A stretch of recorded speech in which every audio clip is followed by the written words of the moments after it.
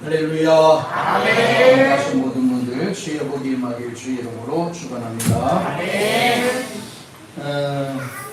제가 오늘 저녁에 총회를 내려가서 수요일까지 1년에 한 번 있는 정기 총회 다녀오도록 그렇게 하겠습니다.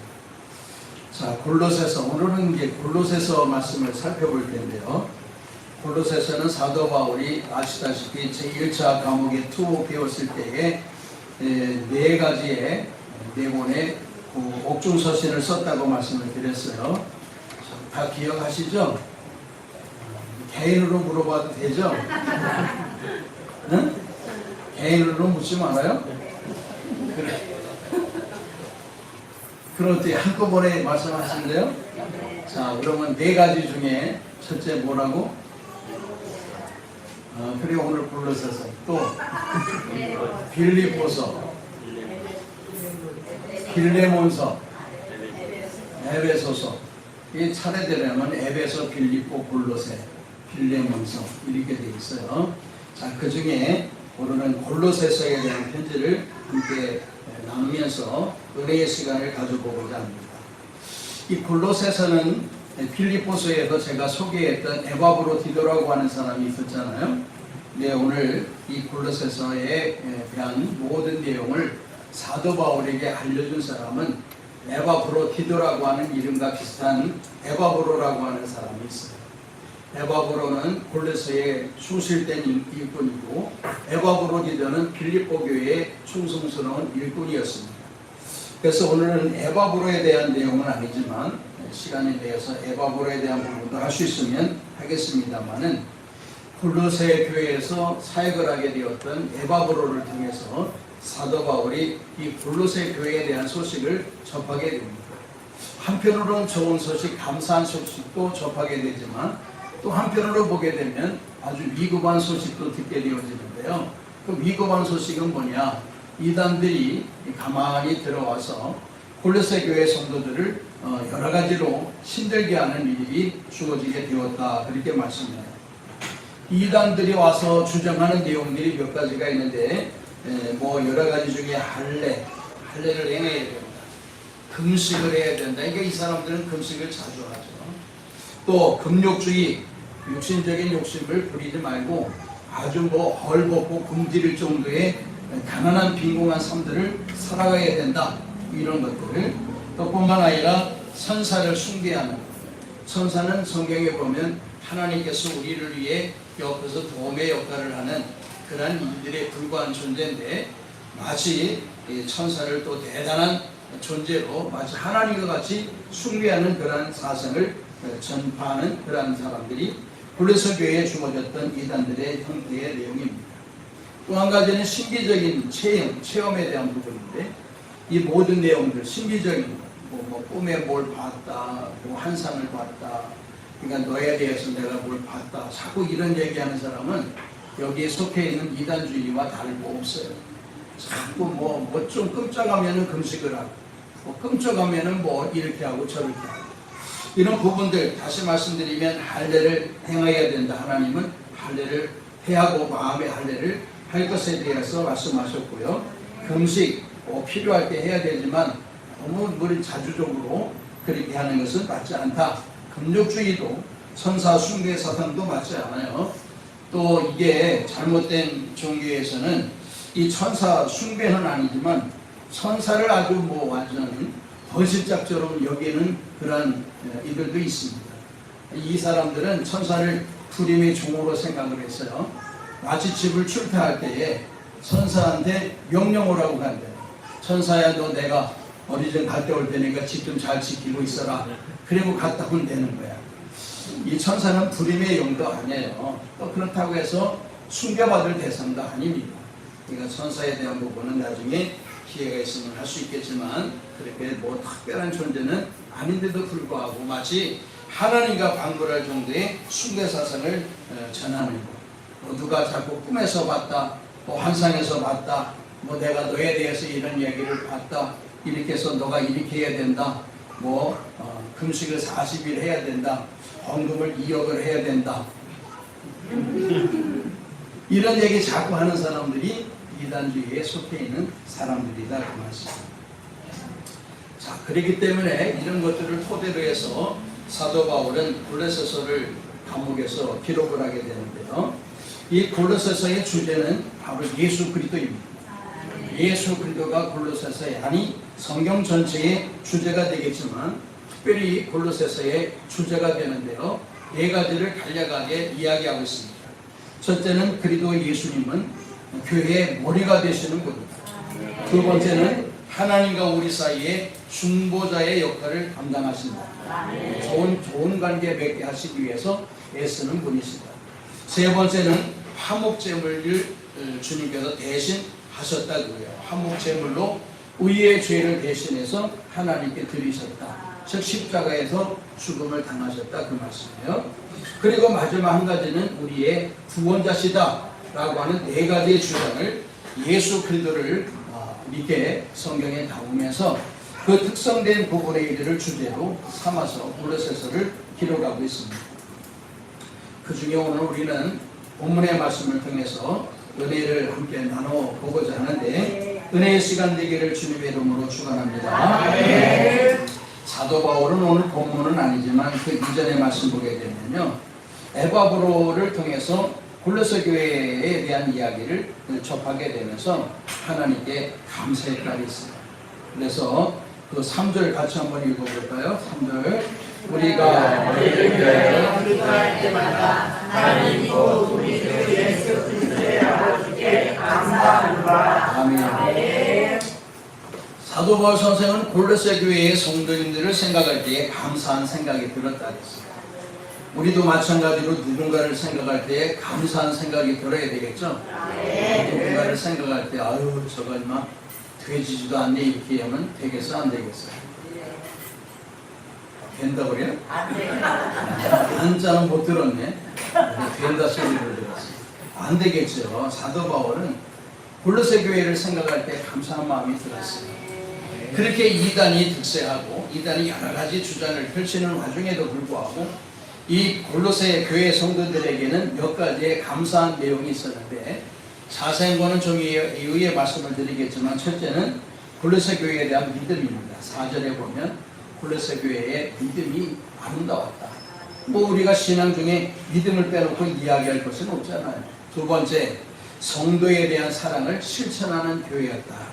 말로만 하는 게 아니라 성경에도 보면 야 추워 뜨겁게 좀 해, 먹을 게 없어 많이 먹어, 이렇게 말로만 하는 것은 아니다. 그런데 골로새 교회 성도들은 말로만 하지 않고 사랑을 실천하는 성도였다. 그것 때문에 감사했고, 세 번째는 이 골로새 교회 성도들은 하나님 나라의 소망을 쌓아두고 살아가는 존재들입니다. 우리가 자기를 위하여 이 땅에서 여러 가지를 취하며 살아가는 사람들은 하늘나라에 자신을 위해 쌓아둔 소망이나 상급이 없겠죠. 그러나 골로새 교회 성도들은 하나님을 위하여 아름다운 삶들을 살아갔을 만큼 그 자체는 바로 이후에 골로새 교회 성도들이 주님 나라에 입성하게 되었을 때에 아름다운 소망으로 상급을 얻을 수 있는 일들을 아름답게 쌓아가고 있었다.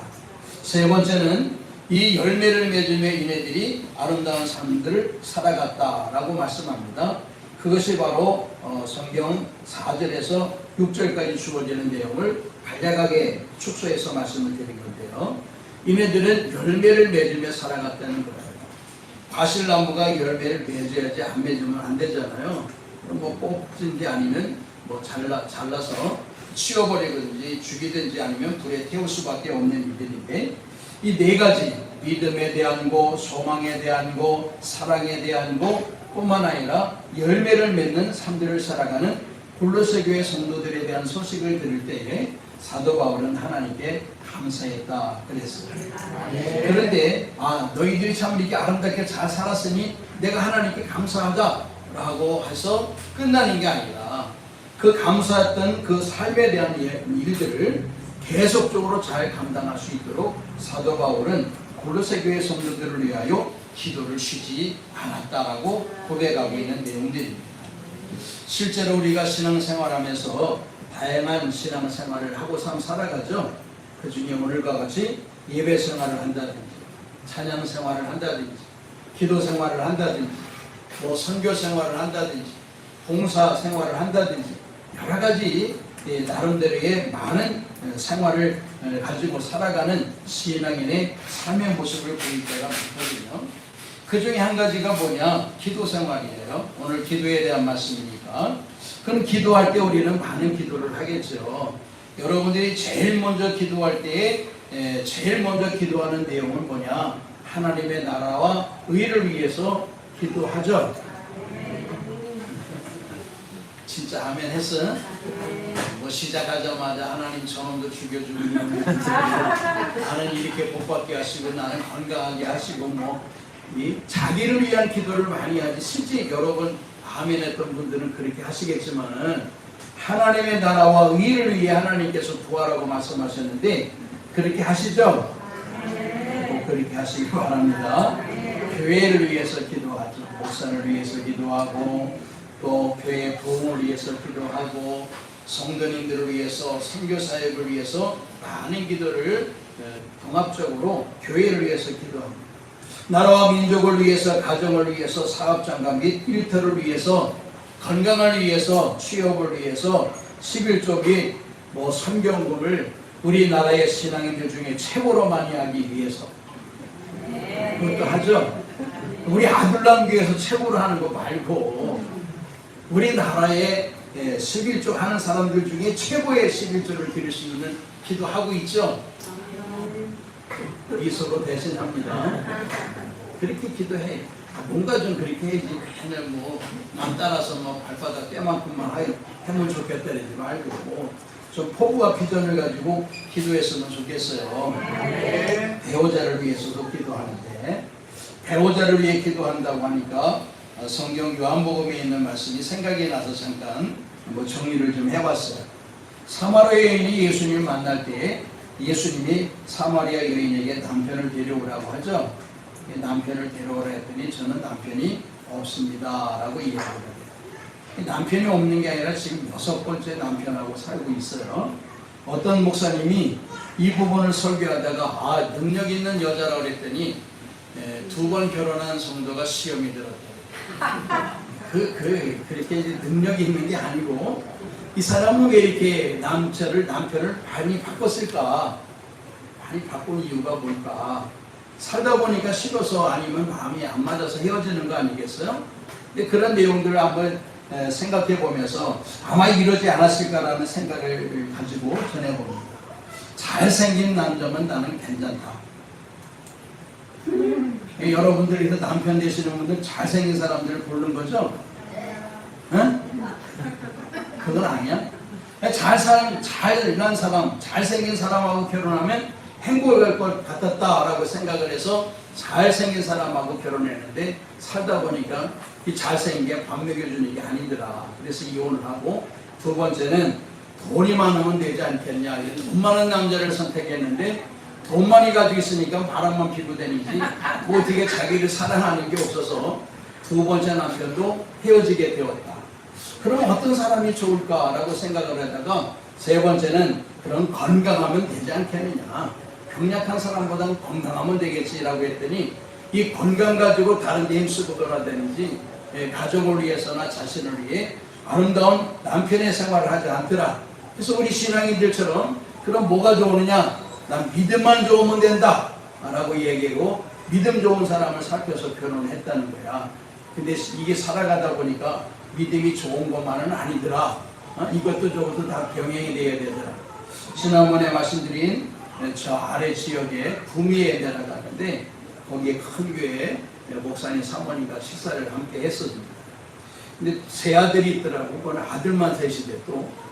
그 둘째까지는 다 결혼을 했고 셋째가 29살인데 여자를 하나 좀 꼭 자기에게 소개를 해달라고 그랬더라고요. 소개를 해서 혹시 있어요? 29살짜리 남자인데 거기에 볼만한 처자가 있어요? 있으면 얘기 좀 해달라고 해요. 그러면 자기가 후하게 살해를 하겠다 그랬대. 나 요즘에 불을 켜고 다니라고 살해를 한다니까. 그러면서 그런 얘기를 해요. 자기는 자녀들 결혼할 때 다 필요 없어. 신앙만 좋으면 된다. 사모님이 그렇게 주장을 했대요. 그래서 자녀들이 그 무슨 소리냐, 얼굴도 봐야 되고 가정도 봐야 되고 할 게 많은데 무슨 믿음만 좋으면 되냐 라고 했는데, 여기저기서 이렇게 여성의 사진을 많이 보내주더라는 거예요. 그래서 사진을 보니까 이 사람은 빼고 이 사람은 빼고, 뺀 거를 가만히 보니까 전부 못난 여자들이래. 자기는 믿음만 좋은, 내 며느리는 믿음만 좋으면 된다라고 주장을 했는데, 막상 사진을 보니까 제일 먼저 빼더라는 거야. 믿음만 가지고는 안 된다. 자기는 며느리를 고르는 건데, 부인이 아니라 며느리를 고르는 건데도 이쁘지 않으니까 이건 안 되겠다. 자기는 그러면서 나는 얼굴을 볼 줄 몰랐는데, 그렇지 않을 줄 알았는데 막상 보니까 내가 얼굴도 살피더라라고 하면서 우스갯소리를 하더라고. 그러니까 그런 일을 보면 뭐 잘생긴 사람도 아니고 돈 많은 사람도 아니고 건강한 사람도 아니고 믿음이 좋은 사람하고 살아봤더니 그것도 역시 아니야. 그래서 5번째, 6번째 남자는 키가 크면 좋지 않게 해서 영화배우처럼 키 큰 사람을 선택해 살았는데 그것도 아니더라. 예수님 억지로 살고는 있지만 그 사람도 내 마음에 맞는 합한 남편은 아니더라. 그런 일들을 하게 돼요. 그래서 나중에 예수님께서 7째 남편을 대하며 살아가야 될 거다. 7째 남편은 바로 주님이시다. 이 주님을 남편으로 삼고 지금 살고 있는 사람은 천국에 가서는 같이 안 살 거잖아. 조금만 버텨요. 조금만 버티면 천국 가서는 딴 사람이 주님과 영원토록 살아갈 거니까 조금만 참고 인내하고 서로 사랑하고 맛있는 것도 해주고 사주기도 하고 그렇게 대하는 가정이 되었으면 좋겠어요. 우리가 무조건 배우자는 이런 사람이다 저런 사람이다라고 정해놓고 선택해서는 맞지 않는다, 그런 말씀인데요. 자, 어쨌든 이와 같이 많은 부분을 기도하며 우리가 신앙의 삶들을 살아가고 있습니다. 또 어떤 이들은 항상 기도하는 대상이 있고요. 어떤 대상은 가끔 생각날 때마다 기도하는 대상도 있고 그러한 기도의 제목도 있습니다. 근데 오늘 본문의 말씀 보게 되면 사도 바울은 항상 기도하는 와중에 매번 빠짐없이 기도하는 대상들이 있었어요. 사도 바울은 성경에 보면 13권의 편지를 썼다 그래요. 13권의 내용을 기록한 사람입니다. 그런데 제가 찾아보니까 몇몇 교회들만을 사도 바울이 기도할 때마다 감사함으로 그리고 계속적으로 기도하는 내용이 담겨져 있는데요. 그 중에 한 가지가 이 빌립보 교회입니다. 지난번에 살피게 되었던 빌립보 교회에 대해서 거기 보니까 너희를 생각할 때마다 너희 무리를 위하여 기쁨으로 항상 간구했다, 그렇게 되어 있어요. 빌립보 교회를 위해서 사도 바울은 항상 기도하는 사람이에요. 두 번째는 데살로니가 교회의 성도입니다. 데살로니가와 교회와 성도들을 위해서 항상 기도하는 그러한 대상이 되었다. 세 번째는 교회는 아니고 개인적인 기도가 되는데요. 빌레몬이라고 하는 사람을 위해서 항상 기도하는 일들이 있었다 그래요. 빌레몬은 누군지 아시죠? 나중에 이제 순서적으로 빌레몬에 대한 부분도 나눠지게 될 텐데, 이 빌레몬에 대해서도 사도 바울은 항상 기도했다 그랬어요. 골로새 교회, 오늘 본문에 골로새 교회도 마찬가지입니다. 하나님께서 이 골로새 교회를 은혜로 허락하셨는데, 골로새 교회를 생각할 때마다 사도 바울은 항상 골로새 교회와 성도님들을 위해서 기도했다. 그 좀 전에 3절의 말씀을 우리가 함께 드렸는데 3절에도 너희를 위하여 기도할 때마다 하나님께 감사하다 하면서 골로새 교회와 성도들을 위해서 기도했다라고 하는 내용이 담겨져 있는데 9절에도 보게 되면요. 9절 같이요. 이로써 우리도 어쨌든 날에도 너희를 위하여 기도하기를 그치지 아니하고 너희로 하여금 모든 지혜와 순명의 하나님의 뜻을 알고 세우게 하시고 아멘. 이 9절의 말씀 보니까 이 골로새 교회에 대한 이야기를 들을 때부터 시작해서 기도하기를 그치지 않았다라고 소개를 하고 있습니다. 자, 과거의 사무엘도 이스라엘을 위하여 기도하지 않는 죄, 기도를 쉬는 죄를 범하지 않을 것이다라고 고백한 바 있습니다. 사도 바울이 그러면 이렇게 기도를 쉬지 않고 골로새 교회를 위해서 하게 되었던 기도의 내용은 무엇이었을까라고 하는 부분을 살펴보고자 하는 건데요. 먼저 그 전에 감사했던 내용이 있었다고 그랬잖아요. 믿음에 대한 거, 사랑에 대한 거, 소망에 대한 거, 그리고 열매를 맺는 그 골로새 교회의 성도들의 아름다운 삶에 대한 부분을 감사히 여겼다고 했어요. 그래, 감사로 여겼다라고 해서 끝나는 게 아니라 그 내용을 계속적으로 하나님과 좋은 관계를 맺게 하기 위해 사도 바울은 계속해서 이 골로새 교회를 위해서 기도하게 되었다라고 하는 내용의 말씀입니다. 오늘 본문의 말씀을 보게 되면서 축소를 해가지고 4가지의 말씀을 전하고자 하는데요. 첫 번째 무슨 기도를 했냐? 9절부터 10절까지 있는 말씀 보게 되면 하나님의 뜻을 아는 일에 충만해서 범사에 하나님을 기쁘시게 하는 삶을 살게 하옵소서라고 하는 기도의 제목을 먼저 하고 있습니다. 하나님의 뜻을 많이 알아야 된다는 거예요. 하나님의 뜻은 우리가 예수 믿고 구원받는 거 한 가지만이 아니라 여러 가지의 뜻이 있어요. 그래서 성경에는 하나님의 뜻대로 구해야 된다, 하나님의 뜻대로 살아가야 된다, 하나님의 뜻대로라고 하는 그러한 단어가 많이 기록이 되어 있는데, 그 중에 두드러지게 하나님의 뜻에 대해서 소개한 구절이 2구절이 있어요. 데살로니가 전서 4장 3절에서 6절까지 있는 말씀을 보게 되면 찾아볼까요? 데살로니가 전서 4장 3절에서 6절입니다. 하나님의 뜻에 대한 부분이 기록이 되어 있어요. 데살로니가 전서 4장 3절에서 6절. 다시요. 하나님의 뜻은 이것이니 너희의 거룩함이다. 곧 음란을 버리고 각각 거룩함과 존귀함으로 자기 안에 대할 줄을 알고 하나님을 모르는 이방인과 같이 세력을 따르지 말고 이 일의 분수를 넘어서 형제를 대하지 말라. 아멘. 하나님의 뜻은 한 가지로 말씀드리면 우리의 거룩함입니다. 거룩한 것은 마음으로만이 아니라 육신적으로도 거룩한 삶들을 살아가기를 원하시는 것이 하나님의 뜻입니다. 거기 예로 첫째, 음란을 버려야 된다. 음란. 두 번째는 거룩함과 존귀함으로 자기의 아내 대할 줄을 알아야 된다. 조선시대도 아닌데 지금 우리가 아내를 아주 헐대에 대하는 사람들이 있어요. 우습게 대하고 함부로 말하고 함부로 행동하고 하는 부분들이 있는데, 그래서는 안 된다. 거룩함과 존귀함으로 자기의 아내 대할 줄을 알아야 된다, 이렇게 되어 있어요. 그리고 세 번째는 이방인과 같이 세욕을 따라서는 안 된다. 이 다 음란에 대한 부분입니다. 네 번째는 형제를 해하지 말라라고 하는 것이 전체적으로 우리의 거룩함인데, 그것이 하나님의 뜻이라고 말씀하고 있습니다. 그 뒤에 데살로니가전서 5장 16에서 18절 한번 볼게요.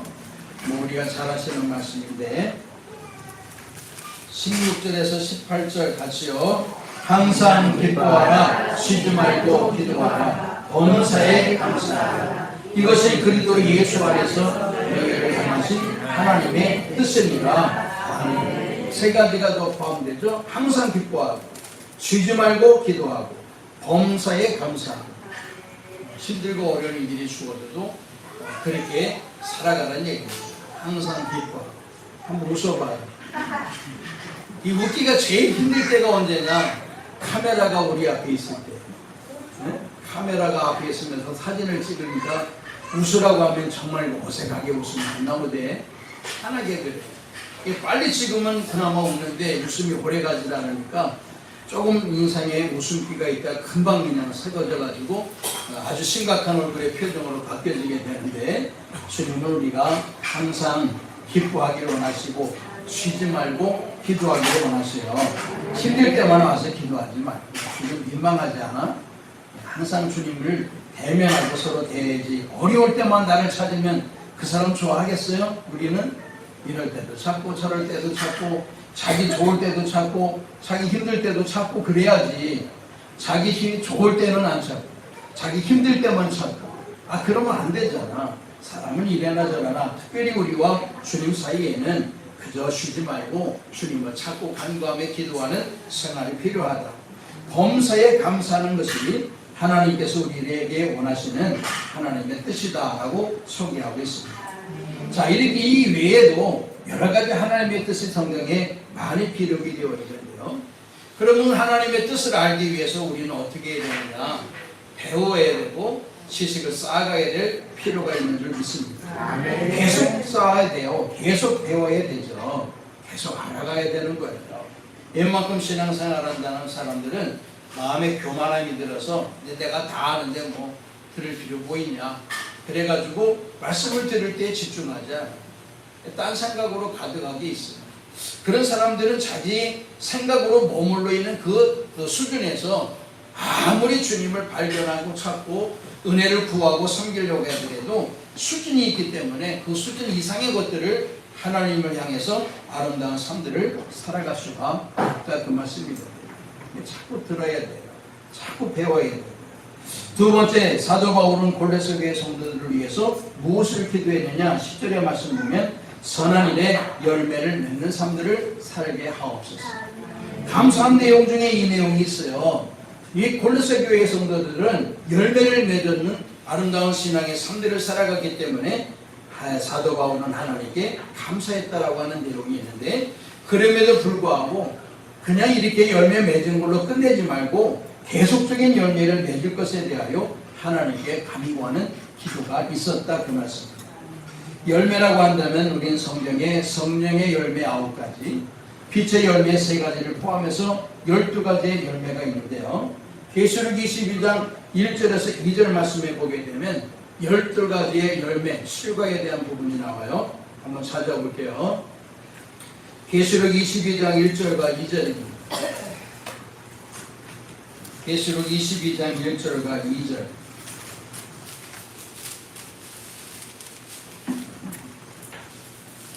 자, 같이요.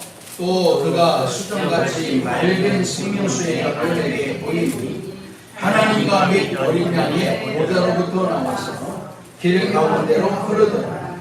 다음 좌우에 생명나무가 있어 12가지 열매를 맺되 달마다 그 열매를 맺고 그 나무 잎사귀들은 만국을 치유하기 위하여 있더라. 아멘. 하나님의 보좌로부터 나오는 생명수의 강에 그 물을 대한 모든 좌우에 열매 맺는 나무들은 그 생명수로부터 귀한 영양분을 공급받아서 열매를 맺는데 12가지의 실과를 맺었다, 이렇게 되어 있어요. 12가지의 실과 열매를 맺을 때 달마다 매달 그 열매를 맺게 되었다라고 소개가 되어 있거든요. 그리고 12가지의 실과는 좀 전에 말씀드렸던 성령의 9가지 열매와 빛의 열매 3가지를 더한 12가지의 열매를 제시하고 있습니다. 그러므로 선한 열매는요, 우리가 하나님을 기쁘시게 하면서 얻어가는 아름다운 열매가 되는데요. 이 열매를 맺기 위해서 자리에 앉아있고 말씀을 듣지 않는 사람들은 결코 이 열매를 맺을 수가 없어요. 100년 동안 예배 자리에 앉아있더라도 말씀을 안 들으면 맺을 수가 없는 겁니다. 마치 생명수에 그 흐르는 아름다운 강줄기와 같이 그들을 통해서 영양분을 공급받아 나무가 가시를 맺어가듯이 말이죠. 우리도 하나님의 보좌, 특별히 강단에서 전해지는 하나님의 귀한 말씀을 듣게 되면서 자신도 모르게 열매가 맺어지게 되는 겁니다. 근데 안 들으면 열매를 맺을 수가 없어요. 어떻게 열매를 맺을 수가 있겠습니까? 그건 자의적으로나 아니면 세상적인 열매를 맺을 수 있지만 주님께서 원하시고 요구하시는 성령의 열매와 빛의 열매를 맺어갈 수가 없다, 그렇게 말씀합니다. 그래서 계시록 1장 3절의 말씀을 보면 잘 아시는 이 예언의 말씀을 읽는 자와 듣는 자와 지키는 자가 복이 있다, 그렇게 소개하고 말씀드리고 있습니다. 세 번째, 사도 바울의 골로새 교회를 향한 기도의 제목은 11절에 보게 되면 기쁨으로 인내하게 하옵소서 했습니다. 바깥에서는 핍박자들이 있었어요. 유대인을 비롯한 많은 핍박자들이 있어요. 안에서는 이단들이 득세하고 잘못된 교훈을 가르치고 있어요. 그래서 이네들은 먹고 살기 힘든, 육신적인 힘들도 어렵지만은 영적으로도 어려운 상황에 살아가고 있는 당사자들이었어요. 그런데 하나님은 그 어려운 환경과 여건을 기쁨으로 인내하기를 사도 바울은 하나님께 구하고 있다 그 말씀입니다. 야고보서 1장 2절에서 4절 말씀 보게 되면 내 형제들아 너희가 여러 가지 시험을 만나거든 온전히 기쁘게 여겨라 그랬습니다.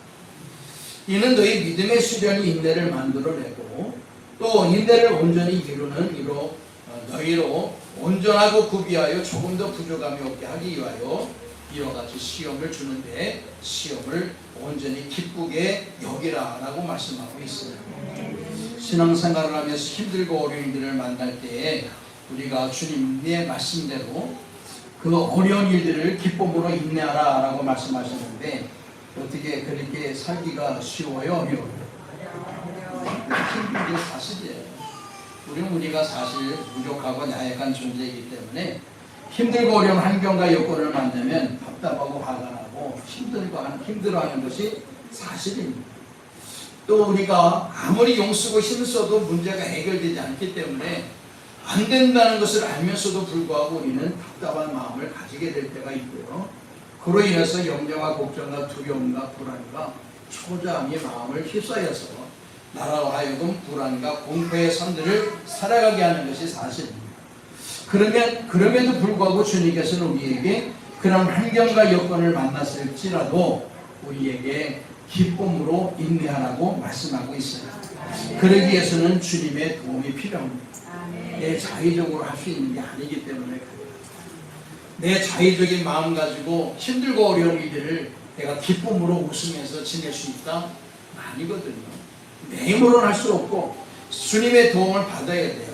성령의 도움을 받아야 우리가 어려운 일들 속에서도 주님을 의지하고 믿을 수 있고 또 기도해서 그대로 될 것이다 라고 하는 소망을 확신을 가지고 삶 살아갈 수 있기에 우리가 웃을 수 있고 우리가 기쁨으로 인내할 수 있다 그 말씀입니다. 네. 사랑하는 성도님들, 우리가 아시는 로마서 5장 4절의 말씀 보게 되면 인내는 연단을 만들고 연단은 뭘? 소망을 이루는 줄 알미라 이렇게 되어 있어요. 인내는 연단을 쌓아간대요.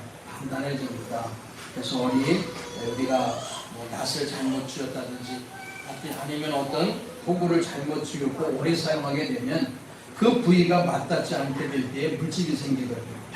새로운 구두를 사서 신었을 때나 새로운 운동화를 사서 신었을 때에 잘 맞지 않으면 거기 물집이 생길 때가 있어요.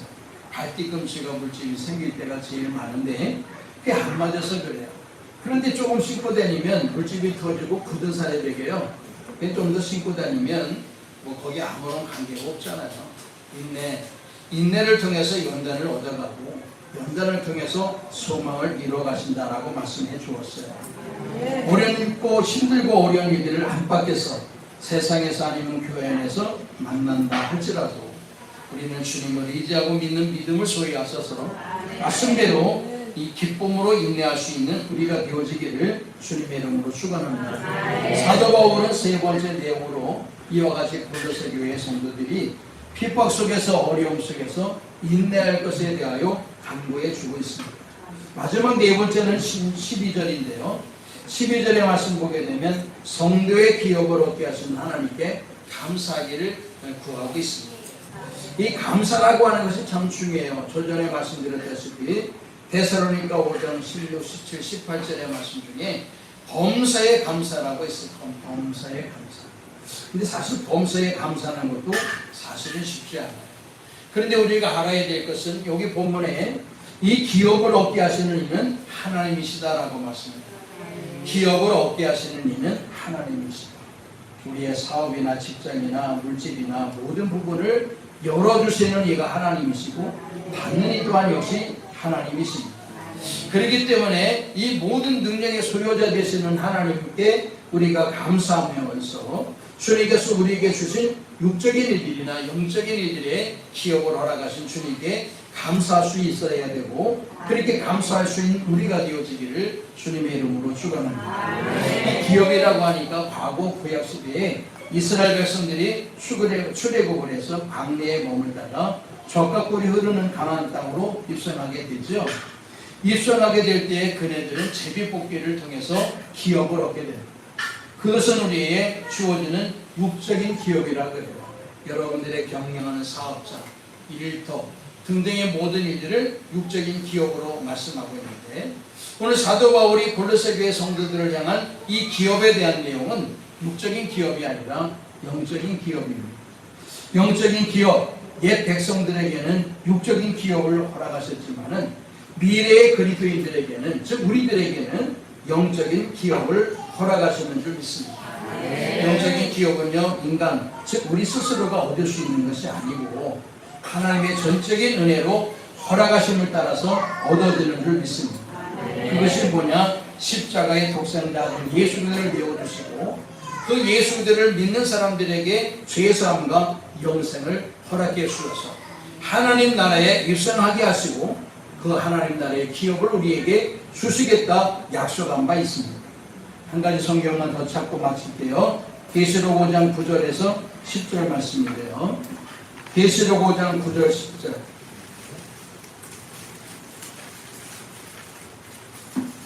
계시록 5장 9절 10절. 이게 영적인 기업입니다. 계시록 5장 9절 10절 같이요. 일찍이 죽임을 당하사 각 족속과 방언과 백성과 나라 가운데서 사람들을 피로 사서 하나님께 드리시고 그들로 우리 하나님 앞에서 나라와 제사장들을 삼으셨으니 그들이 땅에서 왕노릇 하리로다. 아멘. 피로 우리를 값주고 사셔서 하나님께 드리셔서 하나님 나라에 우리의 아름다운 영생의 은혜를 허락해 주었는데, 그냥 그 영생의 나라에 입성할 정도만이 아니라 나아가서는 하나님 앞에서 나라와 제사장들을 삼으셨다 이러면서 그 나라에서 영원토록 왕도를 하게 될 거다라고 말씀해 줍니다. 이것이 우리가 미래에 나아갈 천국에서의 아름다운 영적인 기업이 되는 줄 믿습니다. 사랑하는 성도 여러분, 사도 바울은 골로새 교회 성도들을 위해서 이와 같은 기도의 제목과 내용을 가지고 끊임없이 쉬지 않고 기도해야 할 것에 대하여 그는 작심하고 결단하고 고백하고 있습니다. 우리는 너무나도 나약한 존재이기 때문에 기도가 꼭 필요하거든요. 기도라고 하는 것은 주님의 은혜를 덧는 것이고 주님의 도움과 능력을 덧는 것이 되는 줄 믿습니다. 자기가 꽤나 수준 있고 능력이 있다고 생각하는 사람들은 기도 안 하지. 자기 힘으로도 살 수 있다고 생각하니까. 근데 자기 힘으로 살 수 없다라고 하는 사람들은 능력의 주님께 기도할 수밖에 없어요. 그래서 그네들이 주님을 의지한다, 의지하지 않는다. 주님을 믿는다, 안 믿는다. 무엇으로 할 수 있다고요? 기도 생활을 보면서 아는 거야. 아, 이 사람이 정말 주님을 의지하고 살아가는구나. 아, 이 사람은 자기의 힘만, 자기의 능력만 의지하며 살아가는구나. 주님의 도움을 필요로 하지 않는구나라고 하는 것을 알 수 있는 부분이거든요. 우리가 실제적으로 어려운 가운데 있는 존재들이기 때문에 세상 사람들의 도움이 때로는 필요한 거이다 하지만 그보다 더 능력 있는 주님의 도움이 절실하게 필요한 줄 믿습니다. 사람의 힘으로 해결할 수 없는 일들도 우리 주님께서는 단번에 은혜와 능력으로 해결하실 수 있는 능력의 주님이신 줄 믿습니다. 그렇기 때문에 오늘 우리들도 자신들을 위해서나 주변의 사람들이나 가족과 우리 성도들을 위해서도 끊임없이 기도를 해야 될 것이고요. 끊임없는 기도라고 하는 것 자체가 바로 하나님을 기쁘시게 하는 것이고 그를 통해서 우리가 은혜와 능력을 덧입을 수 있다 그 말씀입니다. 사랑하는 성도 여러분, 골로새 교회 성도를 향한 사도 바울의 기도의 내용도 중요하지만 사도 바울은 그렇게 골로새 교회를 위해서 기도하게 되었겠습니다. 오늘 우리들도 마찬가지로 누군가가 나를 위해 기도하길 원하는 것만이 아니라 자기 스스로도 자신을 위해 기도할 뿐만 아니라 더 나아가서는 타인을 위해서도 기도할 수 있는 우리가 되어져야 되리라 믿습니다. 골로새 교회 성도들을 위해서 사도 바울이 기도했던 것처럼 우리도 많은 사람들을 위해서 나라와 민족을 위해서 또한 교회를 위해서 많은 기도를 하게 됨으로 말미암아 주님의 은혜를 덧입고 능력을 덧입고 항상 은혜와 주님의 아름다운 복 가운데 삶 살아갈 수 있기를 주님의 이름으로 축원합니다.